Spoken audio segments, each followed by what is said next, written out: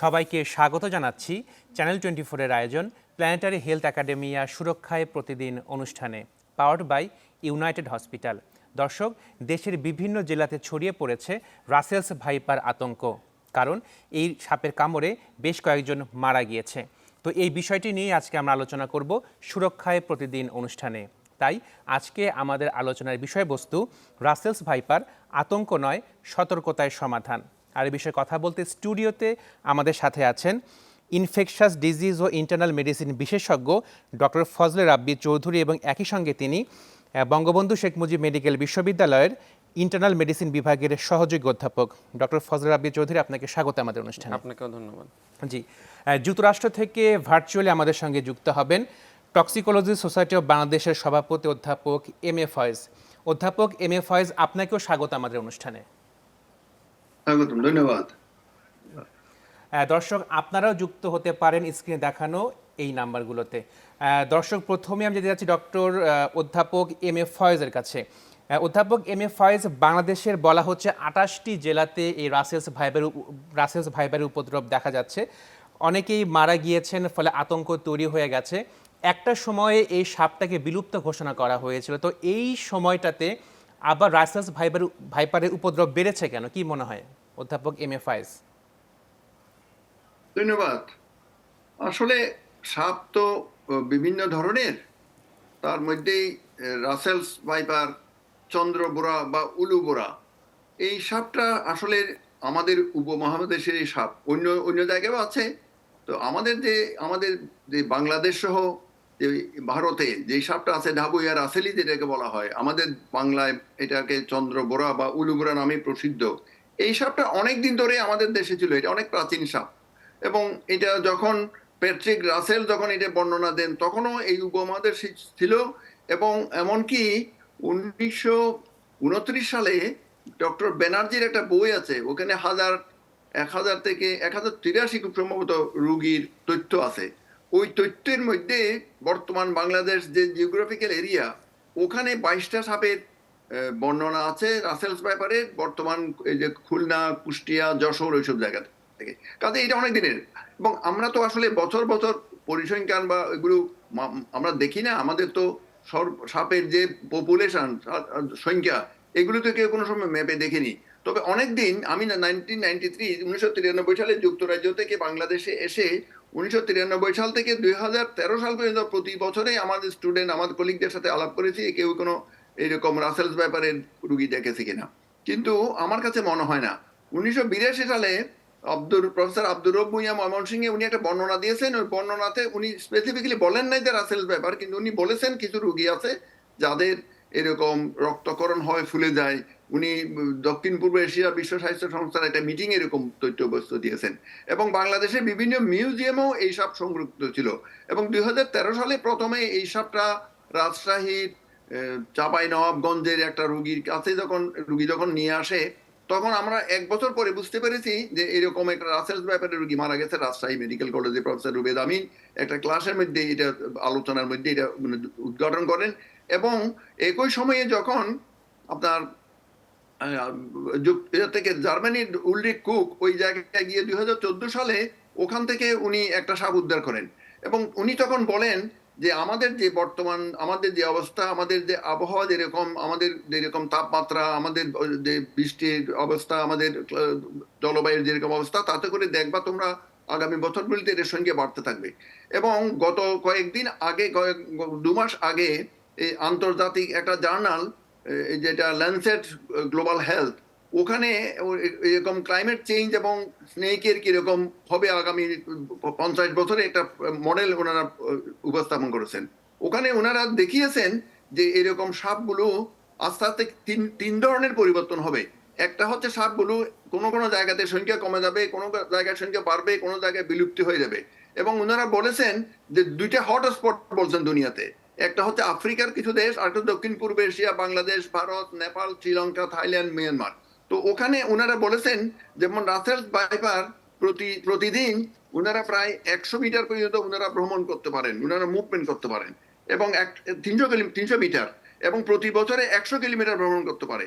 কাজেই আমাদের বাংলাদেশও ছোট দেশ, কাজে 2013 সাল থেকে এটা স্বাভাবিক প্রক্রিয়ায় এবং স্বাভাবিক প্রজনন ক্ষমতা যেরকম, তাতে করে এটার সংখ্যা বাড়াটাই স্বাভাবিক। এবং একইভাবে সাপ তো আবার এটা একটা প্রাকৃতিক ব্যালেন্স, ইকোলজিক্যাল ব্যালেন্স রাখার জন্য অন্যান্য প্রাণীদের সাথে সাপের একটা সামঞ্জস্য ভারসাম্য থাকে। এখানে হয়তোবা যে এরকম ভারসাম্যটা হয়তো কোনো কারণে নষ্ট হয়ে গেছে, কিংবা অন্য জায়গা থেকে মনে করেন আমাদের তো নদী দিয়ে আমাদের পানি প্রবাহিত হয়, সাপ তো সাঁতারও কাটতে পারে, এটা এক জায়গা থেকে আরেক জায়গায়, এবং স্বাভাবিক মুভমেন্টের কারণে এটা বাংলাদেশের, আমি আশ্চর্য হব না যদি আগামী কয়েক বছরের মধ্যে এই পার্বত্য চট্টগ্রাম 3টা জেলা, চট্টগ্রাম কক্সবাজার বাদ দিয়ে অন্য সব জেলায় যে যাবে না, এটা বলা খুবই এটা অস্বাভাবিক হবে না যদি আমরা দেখি যে ক্রমে ক্রমে আরো অন্য জিওগ্রাফিক্যাল রেঞ্জ বাড়ে। কারণ ওই মডেলটা যেটা বলছে, মডেলটাতে এরকম একটা ধারণায় দিয়েছে। আমি তো আর হারপেটোলজিস্ট নই, সর্ববিদ্যায় আমি বিশারদ নই, কিন্তু আমি যতটুকু বিজ্ঞানী হিসাবে আমি যতটুকু লিটারেচার সার্চ করে দেখেছি, তাতে আমার কাছে এরকমই মনে হয়। জি, অধ্যাপক এম এ ফয়েজ, আপনাকে ধন্যবাদ। আপনার কাছে আবারও আসবো।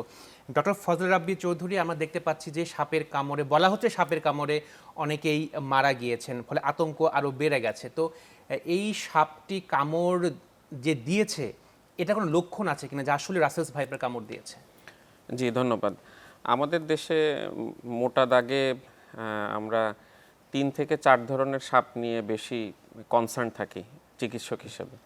তার ভিতরে একটা কেউটে, একটা গোখরা, একটা হলো সবুজ বোরা, আর একটা এই রাসেল ভাইপার বা চন্দ্রবোরা।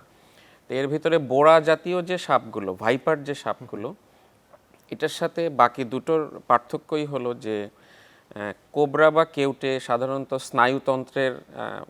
স্নায়ুতন্ত্র সংশ্লিষ্ট সিমটমগুলো বেশি দেখায়, প্রিডমিনেন্টলি এটাই দেখা যায়।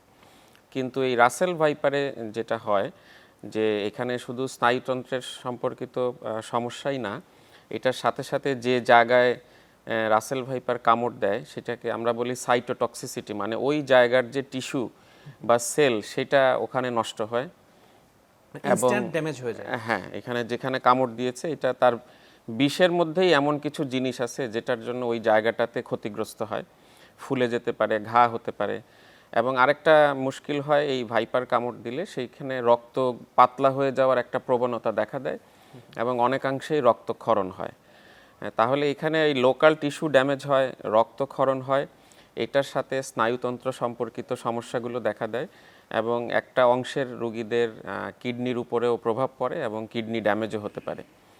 তো এই জন্য এই রাসেল ভাইপার ক্রেইট বা কোবরার সাথে ভিন্নতা হলো এখানে মাল্টিপল সিস্টেমকে ইনভলভ করার একটা প্রবণতা থাকে এবং অনেক রোগীর ক্ষেত্রে এটা হয় এবং সেই কারণেই এই পেশেন্টদের মাল্টিডিসিপ্লিনারি কেয়ারের প্রয়োজন হয়। এই কারণে সম্ভবত ফ্যাটালিটিটাও একটু বেশি হয়, যেহেতু অনেকের ডায়ালাইসিস সাপোর্ট লাগে, যে জায়গায় কামড় দিচ্ছে ওখানে সার্জিক্যাল কেয়ারের প্রয়োজন হয় এবং অনেক সময় রেসপিরেটরি সাপোর্ট প্রয়োজন হয়, ভেন্টিলেট করার প্রয়োজন হয়। তো রাসেল ভাইপারের ক্ষেত্রে এইগুলো যেহেতু একটু বেশি হয়, মাল্টি সিস্টেম ইনভলভ হয়, যে কারণে মৃত্যুর হারটা অন্য সাপগুলোর সাথে কম্পেয়ার করলে মনে হয় যেন রাসেল ভাইপারে মর্টালিটিও একটু বেশি দেখা যায় এবং মরবিডিটিটাও একটু বেশি দেখা যায়। অর্থাৎ কোনো সাপ যদি কামড় দেয় তাহলে কি বোঝা যায় যে আসলে এই সাপটি রাসেলস ভাইপারই কামড় দিয়েছে বা বাইট করেছে? রাসেল এখানে উল্লেখ্য যে কোবরা জাতীয় যে সাপটা, কোবরা সাপও কিন্তু যেখানে কামড় দিয়েছে ওখানে লোকালি কিন্তু ড্যামেজ করতে পারে, লোকালি সোয়েলিং করতে পারে, আলসার করতে পারে। রাসেল ভাইপারের সাথে বিশেষত্ব হলো রাসেল ভাইপারের যে রক্তক্ষরণ হয়, যেটা সাধারণত আমরা কোবরাতে এক্সপেক্ট করি না, একদম হতে পারে না তা না, বা কোনো কোনো ক্রেইটেও হতে পারে, এটা অনেক আরেকটু গভীর ইয়েতে চলে যায়। সেটা মোটা দাগে বলা যায় যে রক্তক্ষরণ করার প্রবণতা, রক্ত পাতলা হয়ে যাওয়া, ব্লিডিং শুরু হয়ে যাওয়া, এটা সাধারণত আমরা ক্রেইট বা কোবরাতে এক্সপেক্ট করি না, যেটা রাসেল ভাইপারে হয়। মানে প্রচুর পরিমাণে রক্তক্ষরণ হবে, এটা হচ্ছে একটা প্রাইমারি ইন্ডিকেশন যে রাসেলস ভাইপার কামড় একটু দেরিতে, এটা লেটে হবে। প্রথমে হবে যেখানে কামড় দিয়েছে সেই জায়গার টিস্যুটা ড্যামেজ হয় এবং সেইটার পর আস্তে আস্তে এটা যখন ব্লাডে ছড়িয়ে যায় তখন রক্ত পাতলা হওয়ার প্রবণতা দেখা দেয় এবং কামড়ের স্থান থেকেও রক্তক্ষরণ হতে পারে, মাড়ি থেকে রক্তক্ষরণ হতে পারে, শরীরের অন্যান্য জায়গা থেকেও রক্তক্ষরণ হতে পারে। তো যখন কোনো একজন ব্যক্তি বুঝবে অথবা তার আশেপাশের মানুষ বুঝবে যে রাসেলস ভাইপার কামড় দিয়েছে, তখন আসলে তার করণীয়টা কি? আমরা এখানে একটা জিনিস খুব জরুরি, যে কোন সাপ কামড় দিয়েছে এটা যিনি ভিকটিম তার জন্য মোটেই ইম্পর্টেন্ট না। সেটা বিষাক্ত সাপ হোক বা বিষহীন সাপ হোক, আমরা বলতে চেষ্টা করি যে যে সাপই কামড় দেখ না কেন ওনাকে কিছু প্রাথমিক ব্যবস্থা নিতে হবে। এর ভিতরে অন্যতম গুরুত্বপূর্ণ হলো যে অঙ্গে কামড় দেওয়া হয়েছে সেই অঙ্গটাকে অচল রাখার চেষ্টা করা। আপনি জানবেন যে পৃথিবীর কিন্তু খুব বেশি দেশ নাই যেখানে সাপের কাটার উপরে জাতীয় পর্যায়ের সার্ভে হয়েছে।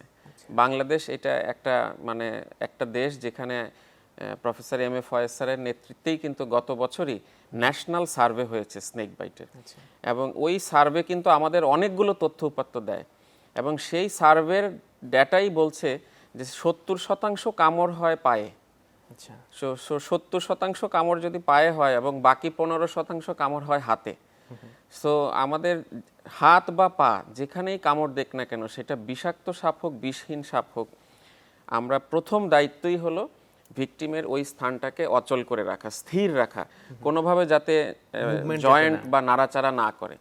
এখন স্থির রাখার জন্য যদি কোনো ব্যবস্থা নিতে হয় সেটা নেওয়া যেতে পারে, যেমন স্প্লিন্ট দেওয়া যেতে পারে, লাঠি দিয়ে বা বাঁশ দিয়ে বা কিছু দিয়ে ওইটাকে স্থির করা যেতে পারে। স্থির রাখা, তারপর হলো আমরা বলি যত দ্রুত সম্ভব নিকটস্থ স্বাস্থ্যকেন্দ্রে নিয়ে যাওয়া। জি, ডক্টর ফজল রাব্বি চৌধুরী, আপনার কাছে আবারও আসবো। হ্যাঁ, অধ্যাপক M A Faiz, doctor Fazal রাব্বি চৌধুরী বলছিলেন যে আপনি নেতৃত্বে গত বছরে সার্ভে হয়েছিল, তো সার্ভের ফলাফলটা যদি একটু প্রিসাইজলি আমাদের বলেন যে আসলে প্রতি বছর কত মানুষ সাপের কামড়ে মারা যায়। এটা আসলে ধন্যবাদ। টক্সিকোলজিস্ট বাংলাদেশ, এটার প্রধান ইনভেস্টিগেটর ছিলেন অধ্যাপক অনিরুদ্ধ ঘোষ। তো আমরা যে গবেষণাটা করি এটা আসলে বাংলাদেশের অনেকগুলো এলাকাতে, পুরা দেশের মধ্যেই জাতীয় পর্যায়ে হয়। ওখানে এগুলো আসলে এস্টিমেশন। এটা আসলে কোনো দেশে যদি তথ্য উপাত্ত প্রতিটা রোগী যখন আসে তার যদি রেকর্ড থাকে তাহলে এই ধরনের সার্ভের প্রয়োজন হতো না। তো আমাদের যেহেতু প্রতিটা রোগী সম্বন্ধে আমাদের তথ্য উপাত্ত নেই, আমাদের সরকারি ব্যবস্থাপনায় বেসরকারি ব্যবস্থাপনায়, ওই জন্য এই ধরনের সার্ভে খুবই গুরুত্বপূর্ণ। এবং এই সার্ভেতে দেখা গেছে যে প্রায় 4 লাখ মানুষকে দংশন করে, তার মধ্যে প্রায় 7,500 মানুষ প্রতি বছর দুর্ভাগ্যবশত মারা যান, এবং তার 10 ভাগ মানুষ কোনো না কোনো রকমের শারীরিক অথবা মানসিক অক্ষমতা ভোগেন। তার মধ্যে উল্লেখযোগ্য এটা প্রথম একটা সার্ভে যেখানে প্রাণীও প্রায় 2,500 প্রাণীও মারা যায়, মানে গৃহপালিত প্রাণী। এটা 2008-9 সালে যে গবেষণা হয় ওখানে দেখা গেছিল প্রায় 6 লাখ মানুষকে 7 লাখ বার কামড় দেয়, অর্থাৎ একজন মানুষকে একের অধিক। এবং তখন দেখা গেছিল যে 1,600 মানুষ মারা যায়। তখন এইবার সার্ভেতে দেখা গেল যে আমাদের দংশনের সংখ্যা কম হলেও মৃত্যুর সংখ্যা আমাদের এস্টিমেশন বেশি, 7,500। হয়তোবা এই ধরনের যে রাসেলস পাইপার একটা নতুন আবির্ভূত সমস্যা, এটার জন্য হয়তোবা এই সংখ্যাটা বৃদ্ধি পেতে পারে। এছাড়া এইগুলোর 95% রোগী হচ্ছে গ্রামে, এবং বেশিরভাগ মানুষই হচ্ছেন যে এটা কম বয়সের, যে কর্মক্ষম মানুষ, এবং পুরুষদের বেশি হয় কারণ ওনারা বাইরে কাজকর্ম করতে যান বেশি, কৃষি পরিবারের লোকজনের বেশি হয়। এখানে উল্লেখ্য যে শিশুদের, ছাত্রদেরও এটা হয়, এবং মহিলাদেরও সর্বদংশন হয়ে থাকে। তো এটা কিন্তু একটা উল্লেখযোগ্য ভাবে এই তথ্যগুলো যা আসছে ওখান থেকে আমাদের যে অনেক রোগী, বেশিরভাগ রোগী কিন্তু আবার চিকিৎসার জন্য সরাসরি হাসপাতালে আসেন না। দেখা গেছে যে বেশিরভাগ রোগী ফার্স্ট কন্ট্যাক্ট, প্রথম যে যার কাছে যান, চিকিৎসকের কাছে যান, ওই চিকিৎসক হচ্ছে প্রচলিত চিকিৎসা, ট্রেডিশনাল ট্রিটমেন্ট, ওজা গুণী উনাদের কাছে। একটা উল্লেখযোগ্য সময় উনারা নষ্ট করে ফেলেন হাসপাতালে না এসে এইসব অপচিকিৎসা নিতে। অপচিকিৎসা এই গবেষণা থেকে এটা এখনো সম্পূর্ণ প্রকাশিত হয়নি। এটা উপস্থাপন করা হয়েছে মন্ত্রণালয় পর্যায়ে, এবং এটা সংক্ষেপে আমি এতটুকু বলতে পারি। এবং একই রকম ভাবে আগের গবেষণায়ও এরকম বিষয় আসছে, বিশেষ করে গ্রামাঞ্চলের মানুষের মধ্যেই। আগের সার্ভেতে দেখা গেছিল যে বেশিরভাগই গ্রামে, ওইটা গ্রামের, শুধুমাত্র গ্রামেই গবেষণারা এই সার্ভেটা ছিল। এই সার্ভেটা শহর এবং গ্রাম দুই জায়গাতেই করা হয়েছিল। জি, ডক্টর ফজল রাব্বি চৌধুরী, আমরা দেখতে পাচ্ছি যে এই তথ্য প্রযুক্তির যুগেও সাপের কামড়ে, সেটা যে কোনো সাপই হোক না কেন, তাদের প্রথম অ্যাটেম্প্ট থাকে ওঝা বা কবিরাজের কাছে যাওয়া। এইটা আসলে কতটা সায়েন্টিফিক? ধন্যবাদ। যে ন্যাশনাল সার্ভের কথা আসছে, ওই সার্ভেতেই দেখা গিয়েছে যে 61% মানুষ সাপের কামড় আক্রান্ত হওয়ার পরপরই ওঝা বা ট্র্যাডিশনাল চিকিৎসক হিলারদের কাছে চলে যান। এবং এটা কতটা, এর কোনো সায়েন্টিফিক এক্সপ্লেনেশন নাই, কোনো বৈজ্ঞানিক ভিত্তিও নাই, এবং এটা আসলে যিনি ভিকটিম তার জন্য একটা ক্ষতিকর। কারণ স্যার যেটা অলরেডি বলেছেন যে একটা মূল্যবান সময় কিন্তু এই 61% লোক ওঝাদের কাছে গিয়ে নষ্ট করে ফেলে। এখন এখানে মুশকিল হলো যে আমাদের দেশে প্রায় 100-র উপরে প্রজাতির সাপ রয়েছে এবং 30 থেকে 32 প্রজাতির সাপ হলো বিষধর। তাদের ভেতরে 15-16 প্রজাতির সাপ হলো সামুদ্রিক সাপ, যারা সমুদ্রের নিচে থাকে। সো তাদের সাথে আমাদের দেখাই হয় না। তো বাকি 12 থেকে 15 প্রজাতির সাপ রয়েছে বিষাক্ত, তাদের সাথেই মানুষের ইন্টারাকশন হয় এবং বাইট হয়। তাহলে বোঝাই যাচ্ছে যে 100টা বাইট হলে আপনার 12 থেকে 15টা বাইট হবে বিষধর, বাকি 85টা বাইটই কিন্তু বিষহীন।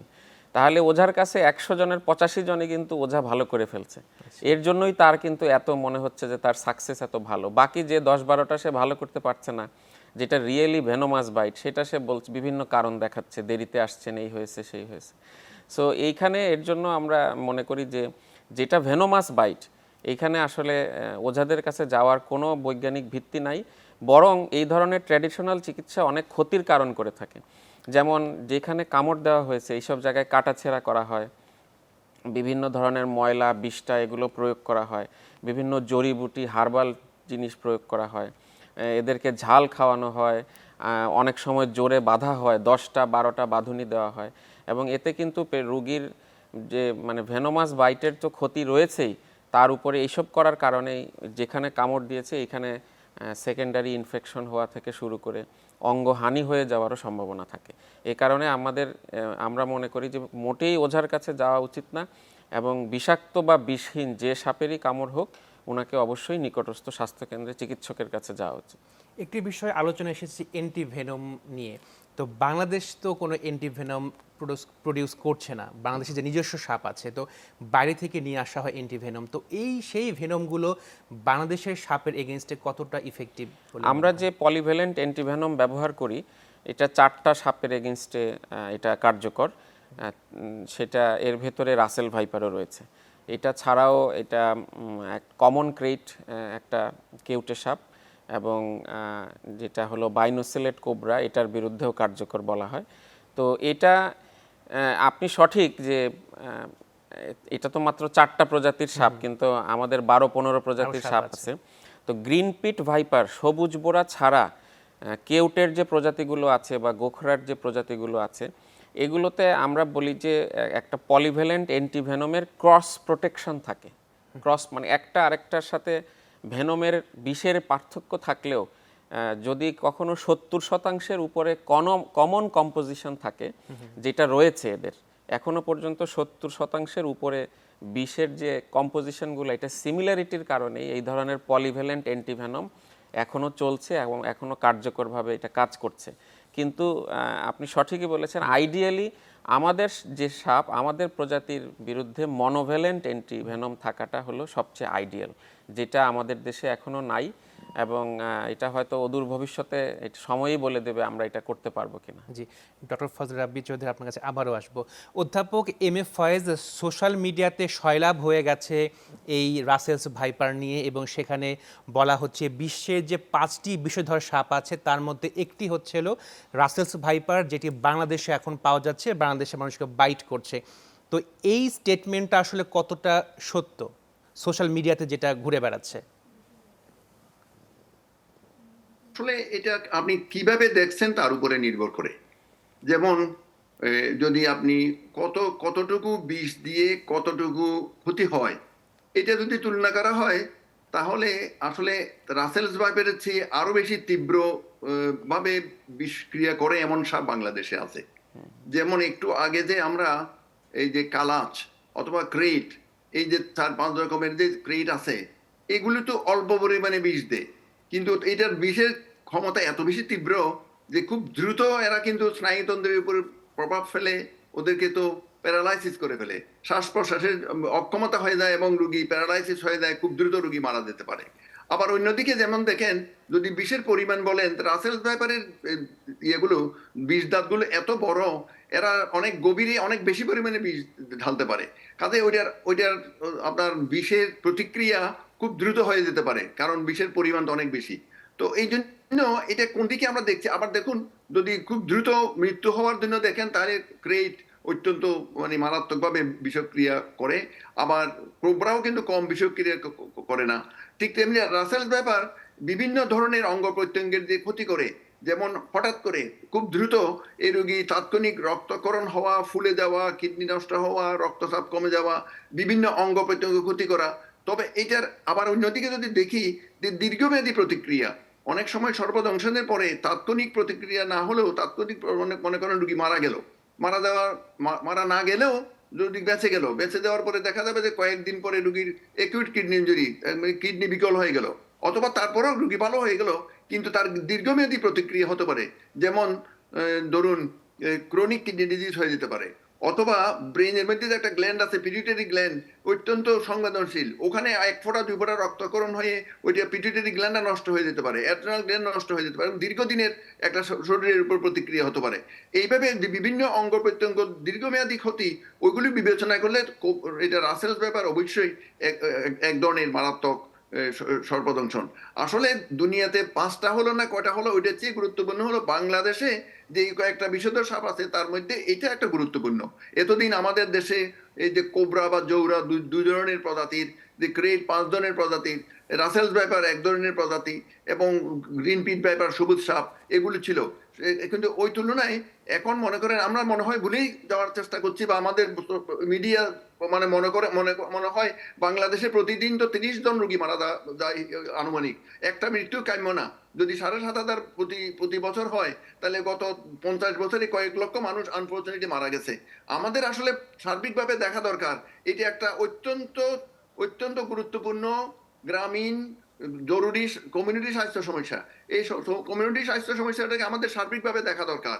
আমাদের এই রোগীগুলিকে চিকিৎসার আওতায় আনা, রোগীগুলিকে শনাক্তকরণ করা, চিকিৎসার ব্যবস্থা করা, হাসপাতালকে এবং আমাদের স্বাস্থ্য ব্যবস্থাকে এই চিকিৎসার মাধ্যমে উন্নতি করা, আমাদের জনস্বাস্থ্যের জন্য আমাদের যে স্বাস্থ্য কর্মী আছে তাদেরকে প্রশিক্ষণ করা, জনসংখ্যা সচেতন করা, কমিউনিটিকে সম্পৃক্ত করা, ইত্যাদি বিষয় নিয়ে আমি মনে করি সর্বদংশন এতদিন একেবারে অবহেলিত সমস্যা আছে। বাংলাদেশও একেবারে অবহেলিত সমস্যা থাকলেও কিন্তু আমাদের সরকার তো অনেক দিন ধরে 2000 সালে গাইডলাইন করেছে। আমি মনে করি এটা একটা উপলক্ষ। এই উপলক্ষ করে যদি আমরা এই সর্বদংশনের চিকিৎসায় যদি যেটা আমাদের যে সাস্টেইনেবল ডেভেলপমেন্ট গোলে, যে no one will be left behind, কাউকে বাদ দেওয়া যাবে না। এই গ্রামীণ যারা কৃষি পরিবারের মানুষ, কম লেখাপড়া জানে, অত্যন্ত দরিদ্র পরিবারের, তো উনাদের যদি এই স্বাস্থ্য সমস্যাটা যদি আমরা সমাধান করতে পারি, তাহলে দেখবেন এটাকে আমরা একটা মডেল হিসেবে নিয়ে গিয়ে অন্যান্য স্বাস্থ্য সমস্যাগুলোকে একই রকম ভাবে যানবাহন রোগীগুলিকে হাসপাতালে আনার জন্য এবং নিবিড় পরিচর্যা করা, যেমন রোগীকে রেসপিরেটরি সাপোর্ট, শ্বাস প্রশ্বাসের ব্যবস্থা করা কৃত্রিম উপায়ে, কিংবা রক্ত পরিচালনা করা, রক্ত সঞ্চালন করা, কিডনি বিকল হলে তার চিকিৎসা করা। আপনি দেখুন এটা একটা পুরো একটা সম্পূর্ণ একটা সমন্বিত একটা বিষয়। সমন্বিত এখানে মানুষ, প্রাণী, সাপ, আবার অন্যান্য প্রাণী, আবার এদের ওষুধের ব্যবস্থা সবভাবে মিলে আপনি দেখেন এটা কিন্তু জটিল একটা সমস্যা। এবং এই যে জটিল সমস্যার জন্য আমার মনে হয় এই যে সোশ্যাল মিডিয়াতে যদিও অনেক কিছু ক্ষেত্রে এখানে ভুল ভ্রান্তি আছে, কিন্তু তারপরেও এটাতে একটা গুরুত্বপূর্ণ সমস্যা, এটা সারফেস আসছে এবং সবাই অনুধাবন করছে। আমাদেরকে এই উপলক্ষ করে স্বাস্থ্য সেক্টরে এই যে উন্নত করার যে সুযোগ আছে, আমাদের জনসাধারণকে সম্পৃক্ত করে ক্ষমতায়নের সুযোগ আছে। স্বাস্থ্য মন্ত্রণালয় ছাড়া অন্যান্য মন্ত্রণালয়কে সম্পৃক্ত করা, যেমন ধরুন না যে বন, পরিবেশ এবং এই যে ক্লাইমেট চেঞ্জ, জলবায়ু পরিবর্তন, এই মন্ত্রণালয়, কৃষি মন্ত্রণালয়, শিক্ষা মন্ত্রণালয় এবং এই অন্যান্য মন্ত্রণালয়, সুশীল সমাজ, নন গভর্নমেন্ট অর্গানাইজেশন, এদেরকে সম্পৃক্ত করে যে বিভিন্ন সেক্টরে এখানে গুরুত্বপূর্ণ ভূমিকা রাখতে পারে, তাই একটা উদাহরণ। আমার মনে হয় আমরা ওই আঙ্গিকে দেখলে মনে হয় আমাদের ভালো হবে। শুধুমাত্র একেবারে রাসেলস ব্যাপার আমার কাছে, আমি অত্যন্ত দুঃখ করে বলছি যে আমার কাছে মনে হয় আমরা যে মিডিয়াতে গত কয়েকদিনে যেটা দেখছি, মনে হয় বাংলাদেশে অন্য কোনো সাপ আর নেই, মনে হয় একমাত্র রাসেলস ব্যাপারই। আসলে সর্বদংশন তো একটা অবহেলিত সমস্যা, তার মধ্যেই অন্যান্য বিষয়গুলি যাতে আমরা ভুলে না যাই। জি, আমরা ডক্টর আমরা এম এ ফয়েজ, আপনার কাছে আবারও আসবো। একজন দর্শক ফোন করেছেন। দর্শক, আপনার নাম এবং কোন জায়গা থেকে ফোন করেছেন সেটা জানিয়ে প্রশ্ন করুন। জি, আসসালামু আলাইকুম। ওয়ালাইকুম আসসালাম। আমি মোহাম্মদ শাহিন পারভেজ বলছি নারায়ণগঞ্জ থেকে। জি আমি একটি প্রশ্ন করতেছি যে বাংলাদেশে এখন যে আলোচিত ঘটনা, এই যে সর্পদংশন বা আপনার যে রাজপথ বাইপারের যে ব্যাপারটা, এটা আসলে ফেসবুকটা এখন এতটা মানে ভয় কাজ করতেছে প্রত্যেকটা লোকের ক্ষেত্রেই, যেমন আমাদের আত্মীয় স্বজন যাদের কাছে এই কথা হয় প্রত্যেকে ভয়ে আছে আর কি, আমরা যে সামনে কি হবে কি হবে। হ্যাঁ, এখন আসলে মানে আল্লাহ সমস্যা দেয়, এটা সমাধান করে আল্লাহ, সেটা তো আমরা অবশ্যই বিশ্বাস করবো। তার মাঝে আমরা যেটা মনে করব, যেমন গতকালকে আমি একটা ফেসবুকে একটা দেখেছি যে চিকিৎসার অভাবে মানে যে সময়টুকু পাওয়া যায় এই সময়টুকু হাসপাতাল থেকে যে সার্ভিসটা নেওয়া দরকার ছিল ওইটা পরিপূর্ণ না হওয়াতে লোকটা মারা গেছেন, এবং তাদের পুরো আত্মীয় স্বজন ওইটাই দোষী করছে যে ওই হাসপাতালে এই চিকিৎসাটা পায়নি। আসলে এখন সামনে দিন দিন সামনে যাবে, সাপ আরো বাড়বে।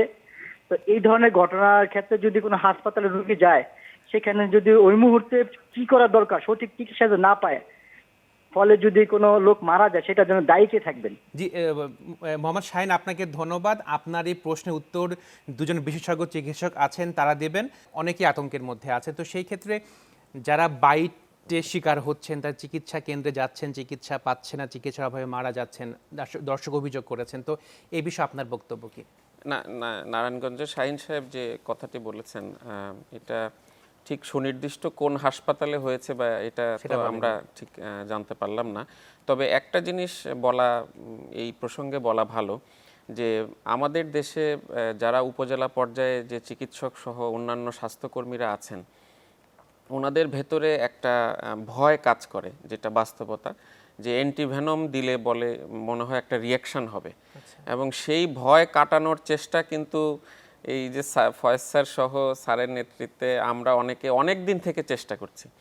তো এইখানে আমি বলবো যে আরও কাজ করার সুযোগ আছে, এবং এইখানে যদি সম্ভব হয় আমাদের চিকিৎসকদের ট্রেনিং রিট্রেনিংয়ের ব্যবস্থা করার বিষয় আছে, বিশেষ করে ইমার্জেন্সি কেয়ার। যেমন আমরা কিন্তু একটা আম্বু ব্যাগ, আমরা একটা খুব সহজ একটা ব্যাগ যেটা দিয়ে শ্বাস প্রশ্বাসের সাপোর্ট দেওয়া যায়, সেই আম্বু ব্যাগ ব্যবহার করাটাই ভুলে গেছি। অথচ এই আম্বু ব্যাগের আবিষ্কারই হয়েছিল হলো প্রান্তিক জনগোষ্ঠীকে রেসপিরেটরি সাপোর্টটা নিশ্চিত করার জন্য।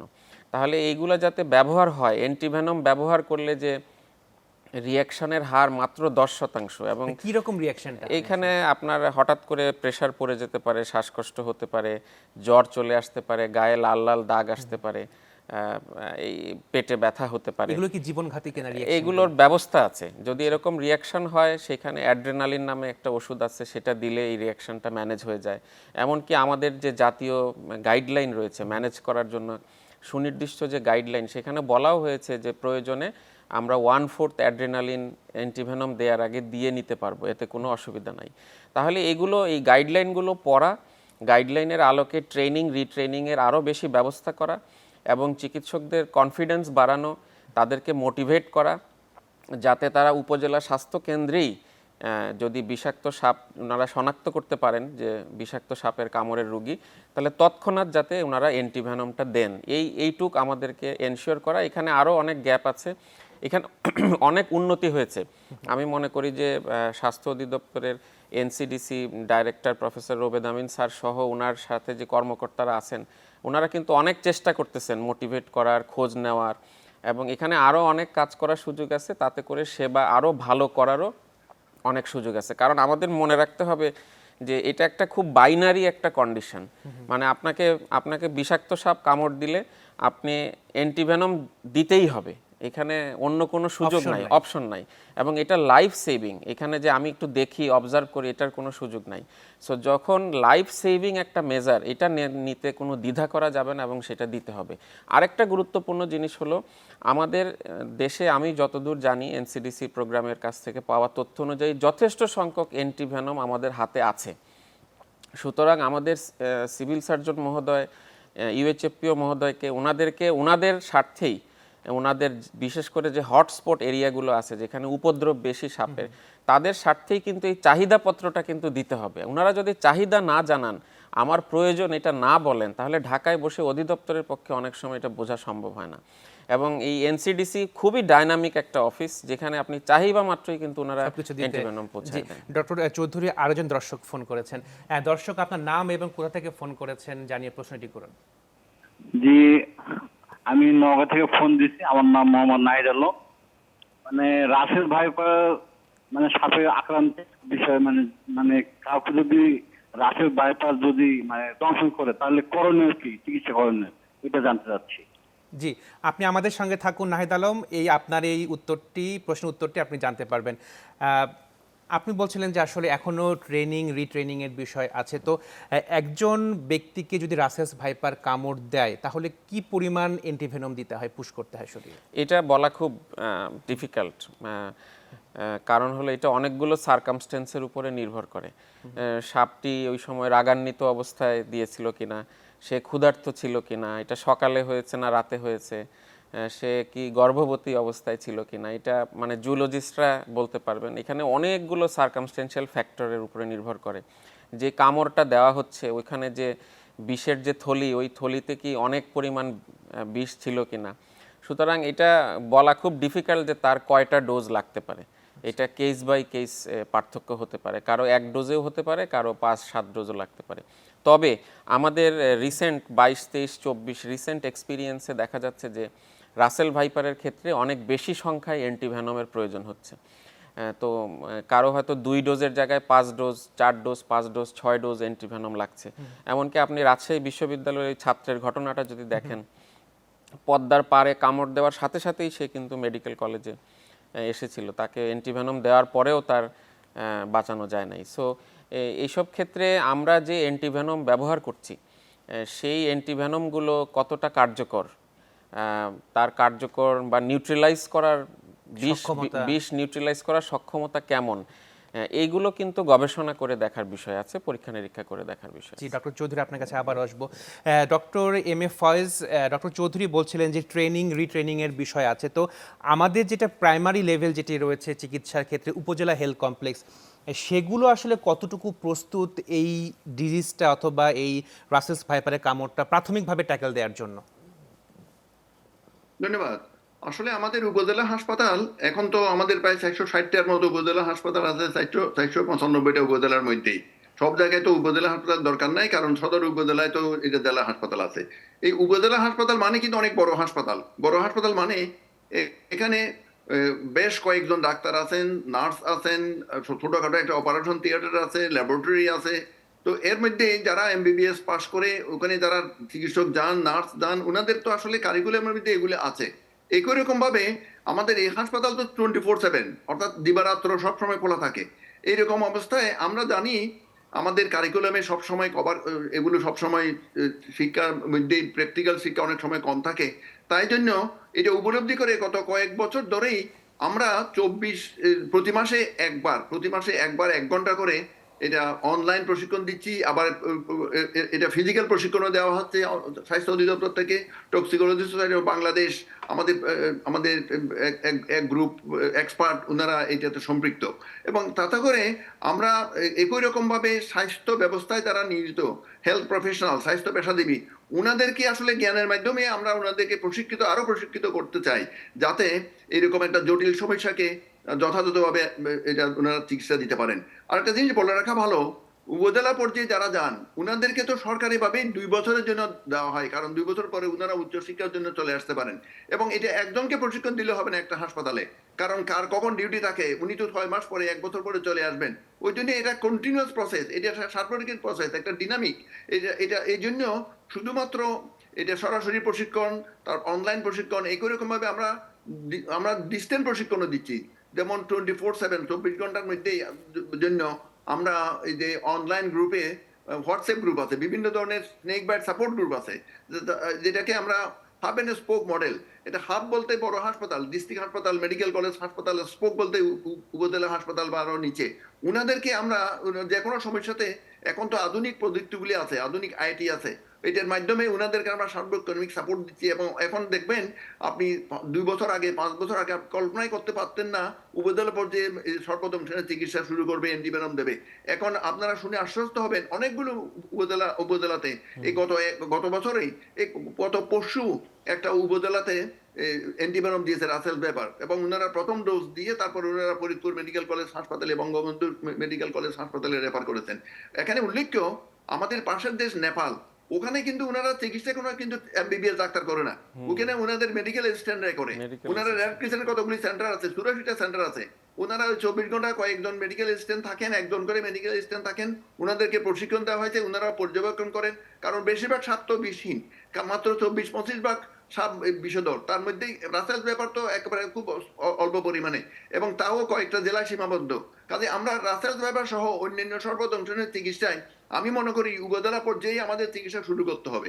হ্যাঁ, উন্নততর চিকিৎসা এবং বিভিন্ন অঙ্গ প্রত্যঙ্গের সাপোর্টের জন্য তখন ওদেরকে হয়তো যদি অল্প কিছু রোগীর হয়তো ক্রিটিক্যাল কেয়ার বা নিবিড় পরিচর্যা, ইন্টেন্সিভ কেয়ার লাগতে পারে, ডায়ালাইসিস লাগতে পারে, রক্ত সরবরাহ জন্য রক্ত দেওয়া লাগতে পারে, কিংবা অন্যান্য ব্যবস্থা করা লাগতে পারে।